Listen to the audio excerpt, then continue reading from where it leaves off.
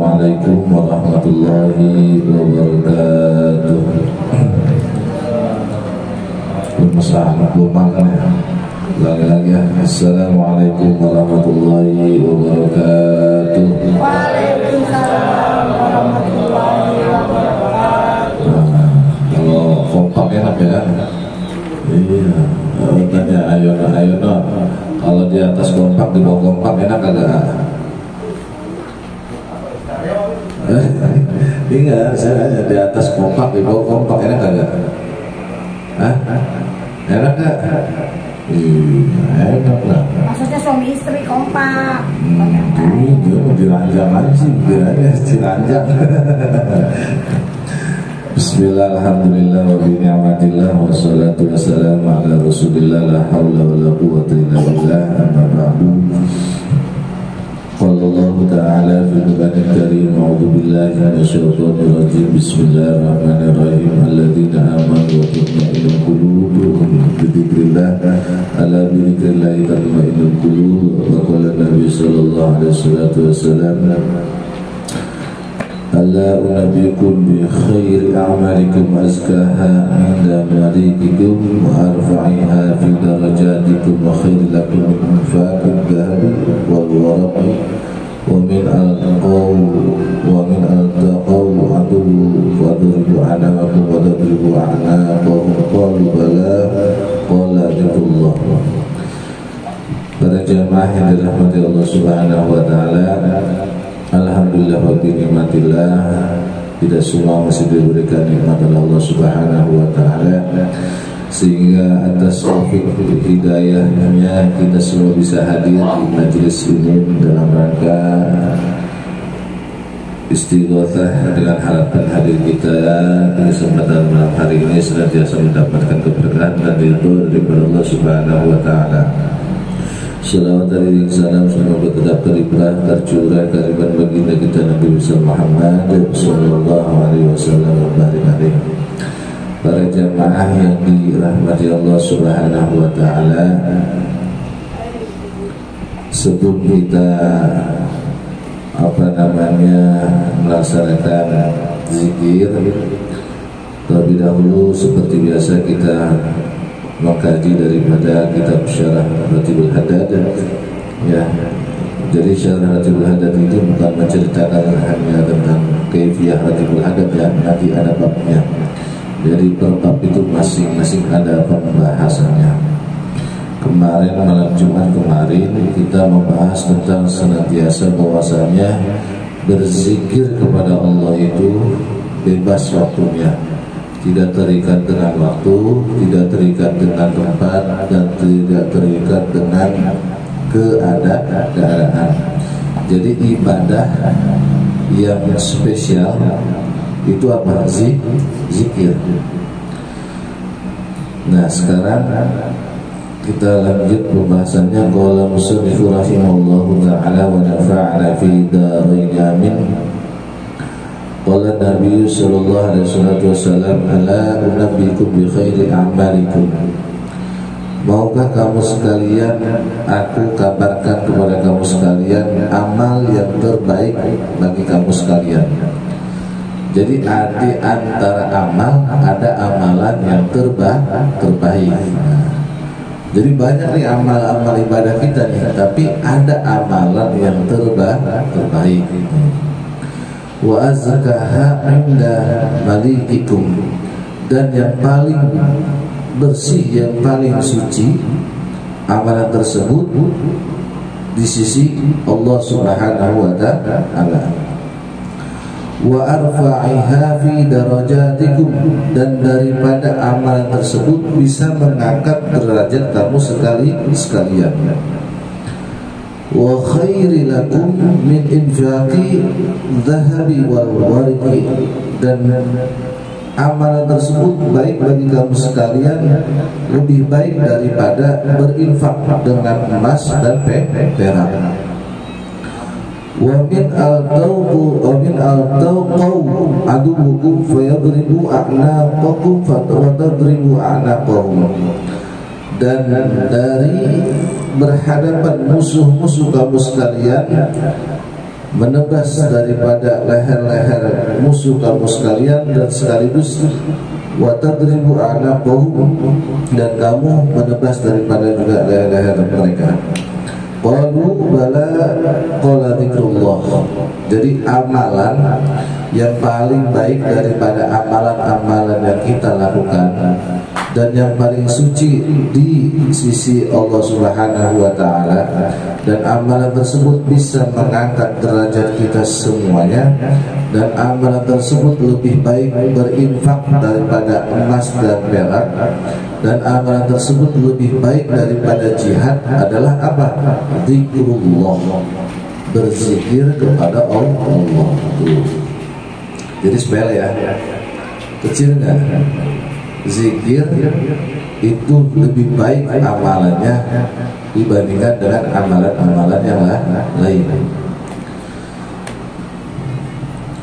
Tuh, kenapa sih amalan zikir itu lebih baik dan lebih bisa mengangkat derajat dan lain-lain sebagainya, bahkan lebih afdal, lebih istimewa daripada jihad di jalan Allah Subhanahu wa taala? Karena zikir itu hakikatnya adalah mengingat Allah, membesar dan mengagungkan Allah, dan mengakui diri kita ini bukan siapa-siapa. Artinya diri kita adalah hamba Allah. Ketika seorang hamba senantiasa berzikir kepada Allah dari bangun tidur maupun mau tidur, berarti pada hakikatnya hidup dia bergantung kepada Allah secara totalitas. Dan apa yang ia inginkan dan apa yang ia kerjakan ketika hari itu, maka tidak lepas dan tidak luput daripada pandangan Allah Subhanahu wa taala. Coba orang yang sholat belum tentu zikir, benar ya? Tapi kalau orang yang berzikir kepada Allah sudah pasti sholat. Orang yang sholat belum tentu berzikir kepada Allah. Orang yang berzikir kepada Allah sudah pasti sholat. Paham gak maksudnya? Sholat belum tentu zikir. Tapi kalau mau zikir pasti sholat. Artinya apa? Ketika ia bangun tidur dan mau tidur mengingat Allah Subhanahu wa taala, pasti melakukan hal-hal yang baik. Pasti melakukan sholat. Betul tidak? Nah, orang yang sholat belum tentu berzikir kepada Allah. Artinya ketika dia sholat hanya sholat saja, tapi belum tentu zuhurnya dilaksanain, asarnya belum tentu dilaksanain. Kenapa? Lantaran mengingat Allahnya hanya ketika dia sholat. Coba tanya Ayono sholat berapa kali Ayono sehari? Sehari sekarang berapa kali sholat? Sehari sekarang ini. Sekarang ini berapa waktu sholatnya? 5. Dijalanin semuanya 5 waktu tuh. Apa?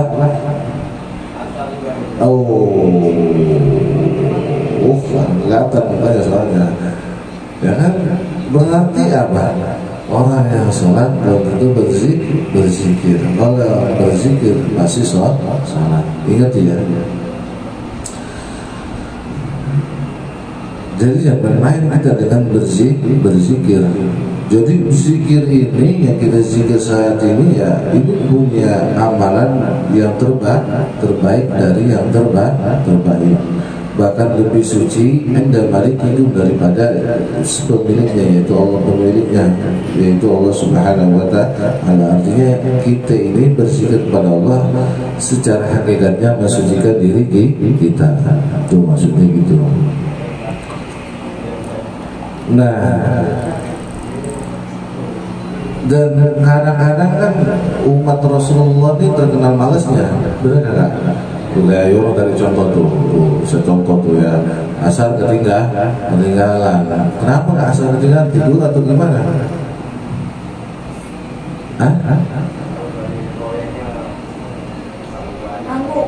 apa? Proyeknya nganggu gara-gara proyek ya, ninggalin kewajiban. Waduh, bahaya itu. Jangan, nggak boleh. Nah, Rasulullah memberikan solusi bahwasanya umat Nabi Muhammad ini umat yang lemah, umat yang malas, banyak malas ya benar. Kita banyak malasnya tapi banyak pengennya, benar kan? Pengen mabur hal, pengen kaya, pengen sukses dunia akhirat, tapi zikirnya malas. Nah, apa kata Nabi? Man ajaza minkum 'anil laili ayyuka bidahu. Barang siapa yang lemes, agak mampu dari kamu sekalian untuk apa? Senantiasa menunaikan sholat tahajud. Coba kalau kita nih, jadi zikir itu kan, zikir kepada Allah itu kan cara untuk senantiasa lebih dekat kepada Allah. Ibaratkan kita mau ke Al-Murtado nih ya, lewat yang dekat mana? Ya kan, jadi Al-Murtado udah ke Warung Ayono nih. Kalau kita muter lewat rumahnya Umi, jauh kagak? Jauh kan? Berarti kita lewat Bugis langsung belok kan? Kanan, dekat. Berarti itu kan jalan secara itu jalan pintas sampai jalan utama itu.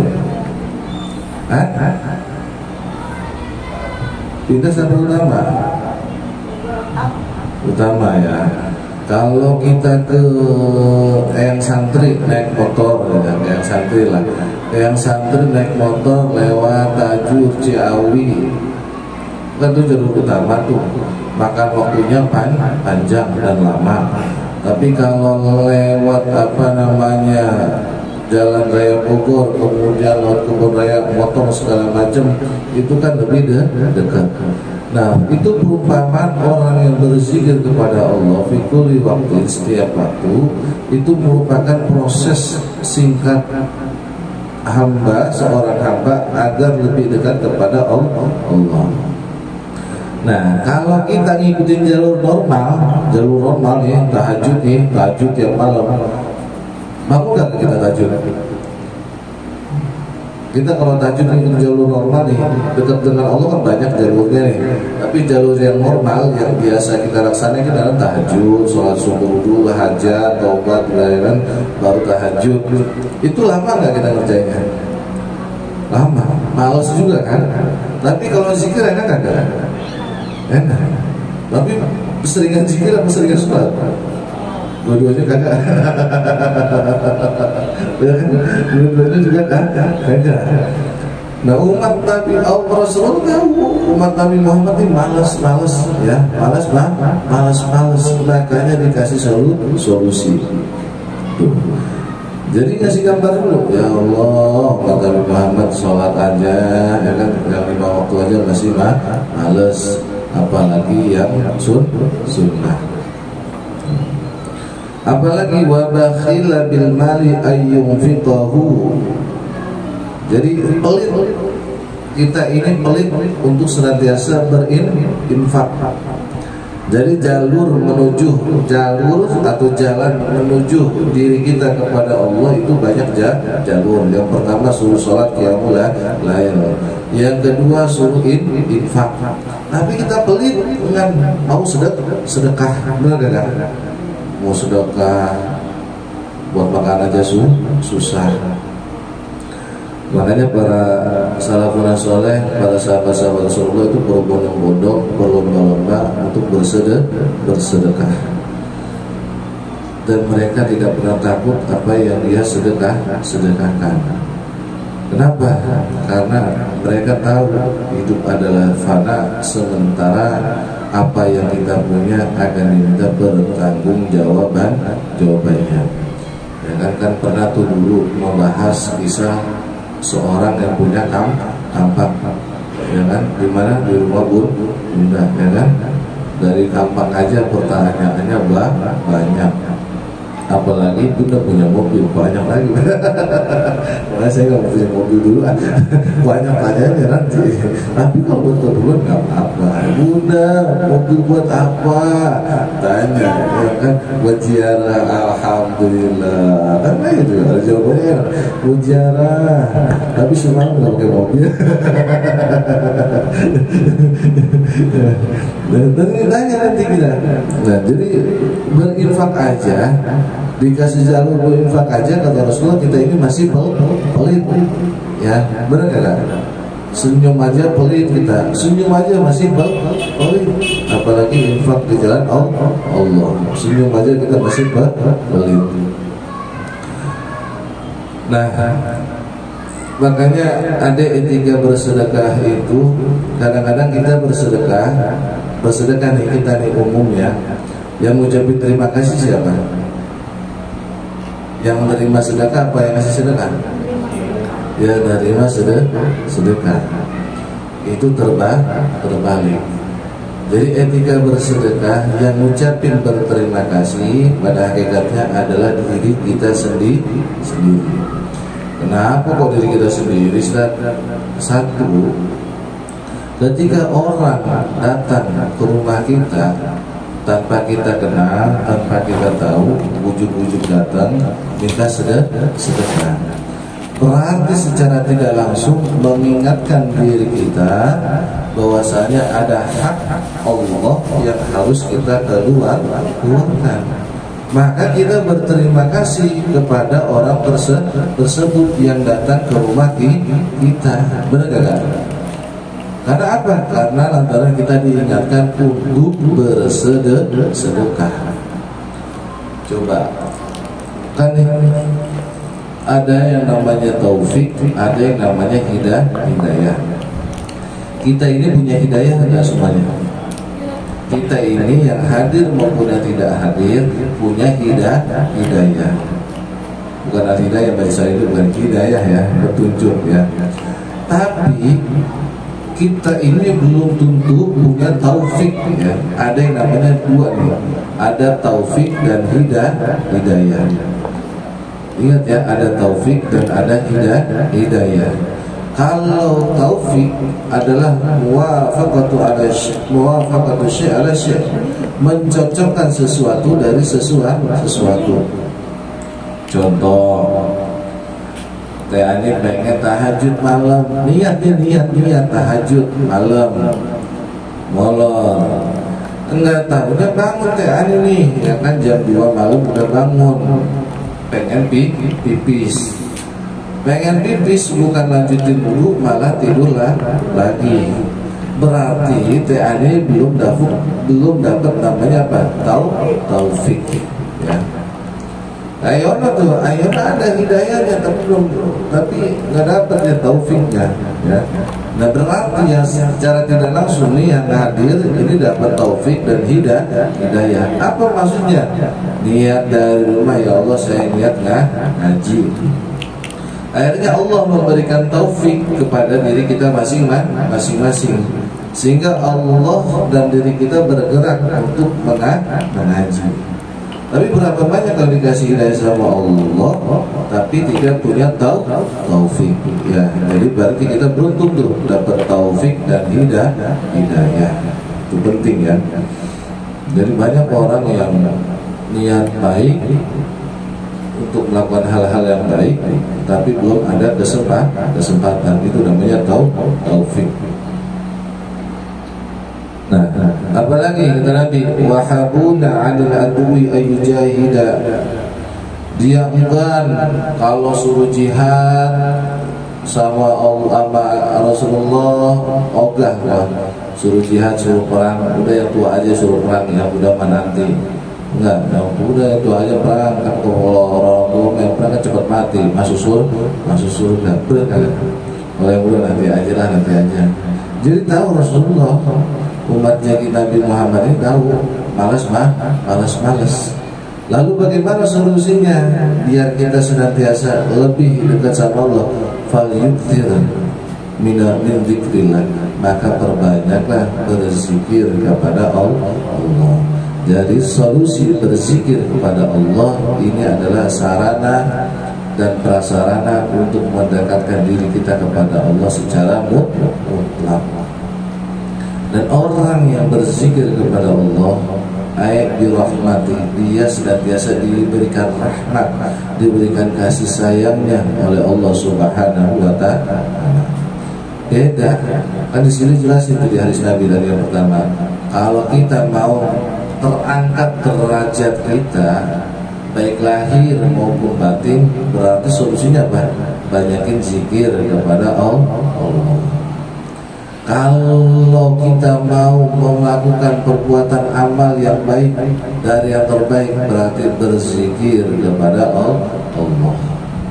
Kalaulah kita ingin mendapatkan pahala jihad di jalan Allah, maka berzikirlah kepada Allah. Berapa banyak orang yang bersedekah, berapa banyak orang yang berjihad, berapa banyak orang yang sholat, tapi pada hakikatnya dia tidak berzikir kepada Allah. Berarti yang paling bagus adalah ketika ia sholat maka berzikir. Ketika ia bersedekah berarti maka harus dibarengi dengan zikir. Ketika ia jihad di jalan Allah maka harus dibarengi dengan berzikir. Berarti zikir ini ya, walaupun hanya bil lisan, bil qalbi, dengan lisan subhanallah, subhanallah, subhanallah, sepele menurut kita, ya kan? Tapi amalan itu menjadi terbaik dari yang terbaik. Jadi zikir bukan main-main. Bahkan di dalam surat Al-Anfal ayat 33, jadi agar diri kita ini ya terhindar daripada musibah azab Allah Subhanahu wa Ta'ala, di dalam Al-Quran, wa ma kana Allahu yu'adzibahum wa anta fihim wa ma kana Allahu mu'adzibahum wa hum yastaghfirun. Wa makana Allahu dan tetap wa makana tidak ada Allah yu'adzibahum senantiasa mengadab kamu sekalian wa anta fihim dan kamu berada di dalamnya. Jadi dulu zamannya Rasulullah, umatnya Rasulullah, zamannya Rasulullah para sahabat itu jarang kena azab. Kenapa? Wa anta fihim, karena lantaran di dalamnya ada Rasulullah Shallallahu Alaihi Wasallam. Jadi kalau diri kita, kampung kita mau terhindar dari bala petaka dan musibah, maka berbanyaklah yang pertama wa anta fihim, berbanyaklah sholawat. Ya kan?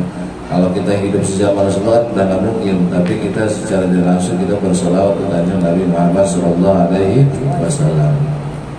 Kemudian apalagi solusi agar kita terhindar daripada musibah bala petaka? Wa ma kana Allahu mu'adzibahum yastaghfirun, dan tidaklah ada Allah senantiasa memberikan azab kepada mereka wa hum yastaghfirun, tapi mereka senantiasa meminta ampun, membaca istighfar. Tuh.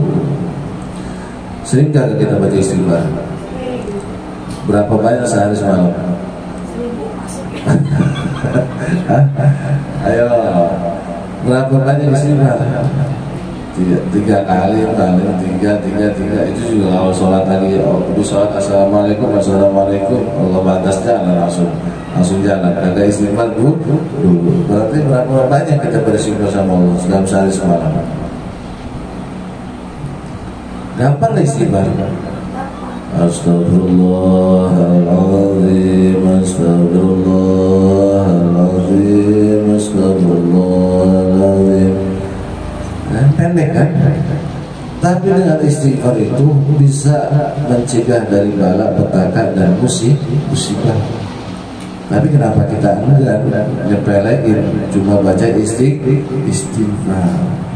Berarti kan kalau kita baca istighfar tiap malam, tiap waktu, sehari semalam 100 misalkan, secara tidak langsung kan Allah melindungi diri kita dari bala petaka musibah. Dari bala petaka musibah itu apa? Berupa kesusahan, berupa kegalauan, kegelisahan, berupa kerisauan, berupa ketidakketenangan, dihindari itu sama Allah. Tapi istighfarnya cuma astagfirullahaladzim, kayak orang judes gitu.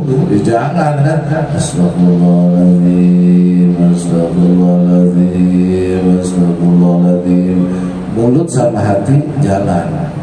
Jadi ada dihayatin. Nah itu bisa memberikan bekas kepada diri kita. Sehingga ketika ada bala petaka musibah, contohnya bala nih, ayah sholat, musibah ini musibah, kagak sholat ini, kagak sholat musibah ini, ya kan? Nah kita istighfar, astagfirullahaladzim, enggak marah-marah, astagfirullahaladzim. Udah. Kalau kita nggak pakai istighfar, udah tua, ya kan, nggak sholat, kalau kata wali apa wali, bocah apa ya, bocah, ya. Jadi kalau kita udah tua, udah nggak sholat, apa artinya? Bocah apa ya, bocah, ya, janganlah gitu. Jadi sesibuk apapun diri kita, maka jangan pernah kita meninggalkan sholat. Karena sholat itu adalah kewajiban buat diri kita semuanya. Jangan nanggung. Jangan pernah bilang kita nanggung. Katanya lagi nanggung kerja, dibetok sama malaikat Jibril, dibetok. Alhamdulillahirobbilalamin. Dan sampai seperti itu kita. Nah berarti zikir ini ya di dalam hadis yang kita bahas saat ini bukan sepele, tapi amalan mudah dan memberatkan timbangan amal kita. Kayak apa dua zikiran yang membuat timbangan kita berat? Subhan, walhamdulillah, illallah. Nah, saya kira dua perkataan, dua ucapan itu bisa memberatkan timbangan kita. Baca tasbih. Tasbih itu zikir kagak? Zikir. Jadi ketika kita lagi nyuci, lagi duduk nongkrong di rumah, ya kan, di warung, zikir. Mau istighfar ke, mau sholawat ke, mau tasbih ke, ya, mau la haula wala quwata ke, bebas. Yang penting kita tidak pernah jauh daripada Allah. Wusul terus nyambung. Ketika kita sudah wusul, nyambung, istiqomah dengan Allah, lihat nanti kebesaran keagungan Allah.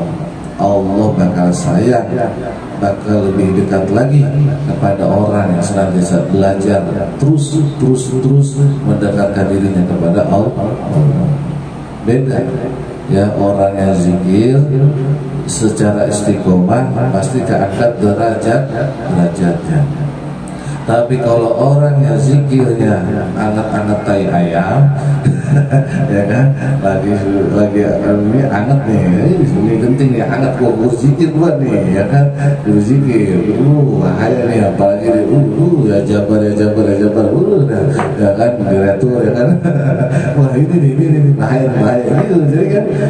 Dadakan kita zikirnya, kata-kata ayam namanya kan. Tapi kalau kita ada dan tidak ada masalah maupun dalam masalah, terus continue zikir sama Allah, lihat nanti kebesaran keagungan Allah.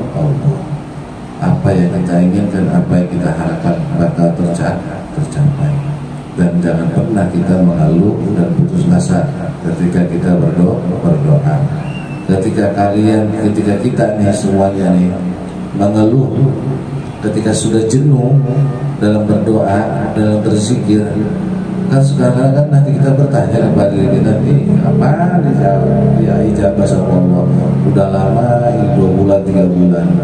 Nah ketika punya asumsi pemikiran seperti itu, ketahuilah pada hakikatnya saat itu Allah akan mengijabah. Karena lantaran diri kitanya mengeluh saat itu, putus asa saat itu, karena doa-doa kita, zikir kita belum diijabah, akhirnya pada hakikatnya Allah mau menurunkan ya kagak jadi, ditunda lagi. Berarti diijabah dan tidak dijabah doa kita, sekiranya terus continue. ya, terus continue. Nggak sehari, 2 hari, nggak sebulan, 2 bulan, 3 bulan, pasti kok nggak lama kita masih beruntung kita mah. Ya berkah Nabi Muhammad SAW, doa kita cepat dijabah. Nabi Nuh, Nabi Yunus 40 tahun dijabah, Nabi Daud 40 tahun. Kita baru 6 bulan, 7 bulan, belum setahun, udah ngeluh, udah putus asa. Jangan ya. Pokoknya kuncinya di situ. Ketika kita sudah mulai merasakan jenuh dalam berdoa dan dalam berzikir kepada Allah setiap malam, maka pada saat itulah hakikatnya Allah akan mengijabah doa-doa kita. Kan kadang-kadang yang tahu jenuh nggak jenuh siapa? Diri kita kan. Udah jenuh. Nah itu setan udah masuk nih. Pada Allah mau mengirim nih berupa hadiah yang spesial nih, yang surprise dari Allah nih. Bahas lagi, udah kagak jadi. Ayo no begitu tuh, ayo no. Udah mau jadi orang kaya, malas lagi, jadilah nggak jadi lagi. Gitu, ya kan baru mau turunin sama Allah nih ya kan. Mau dihabiskan ya, baru semalam mau turunin. Nggak saran. Nah ini apalagi asal lagi pas restoran amal terakhir, amal harian lagi. Amal harian, kenapa nggak sholat lagi nanggung? Pas asal lagi waktunya doa kita diijabah. Pas sholat asal agak laporan kita. Ya udah laporannya merah, ya kan? Mau turunin hari itu order ya. Bunda menjadi orang dermawan, orang kaya. Tunda dulu, tunda. Kenapa? Belum laporan ya, belum zikir ya, lupa dia. Tuh, baru begitu udah lupa loh, apalagi lupa. Berarti apa? Ingat gak perkataan saya? Kalau kita mau dermawan, mau jadi orang kaya, perbaiki apa? Hati dan pikiran. Sudah sanggupkah diri kita menjadi orang yang kaya? Sudah sanggupkah diri kita menjadi orang dermawan? Semua ada di dalam apa jawabannya ada di dalam diri kita sendiri. Ketika kita disibukkan dengan hal yang sepele saja, kita sudah lupa kepada Allah. Apalagi ya kan dibanjiri dengan order yang banyak, bermiliar-miliaran, beratus-ratusan juta. Mana? Lagi di Los Angeles, lagi di LA, lagi di mana? Perancis. Ngapain? Perapatan Ciamis ngamen. Jadi semua, jadi ini wajah-wajah yang saat ini ada kan udah ditulis nih ya. Kita ini udah tulis sama Allah nih. Tahun sekian, bulan sekian, tahun sekian, tanggal sekian. Udah ditulis sama Allah nih semuanya nih. Tapi untuk menggapai daripada yang Allah ridhoi saat itu bagaimana caranya? Jangan sampai tidak jadi. Berarti secara tidak langsung kita harus continue istiqomah. Paham ya? Terus sedikit terkira secara ada pengingat buat diri kita ya, karena memang yang namanya iman ya naik turun. Tapi bagaimana iman biar stabil? Ya itu solusinya berzikir kepada Allah. Ya. Sama-sama kita mulai baca zikir ya.